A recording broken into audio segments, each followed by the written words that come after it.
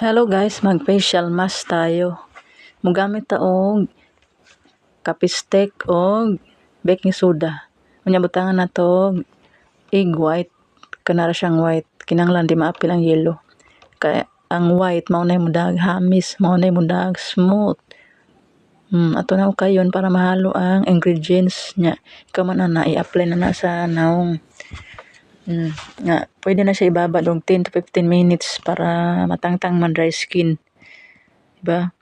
Na ikaw man ana mohilamos din ka para matangtang ang mga dry skin sa imong naong. Unya makita na nato ang resulta nga nindot yun guys. Kay mao na akong gamit sa una. Muhayag-hayag ang naong mo whiten mo hamis. Karong taon-taon maghilamos na pud taron, di ba? Nindot siya gamiton kay kuan ra ba organic ra ba? O di ba? O tanawa guys, nindot ang kay resulta o di ba? Puti nga hamis.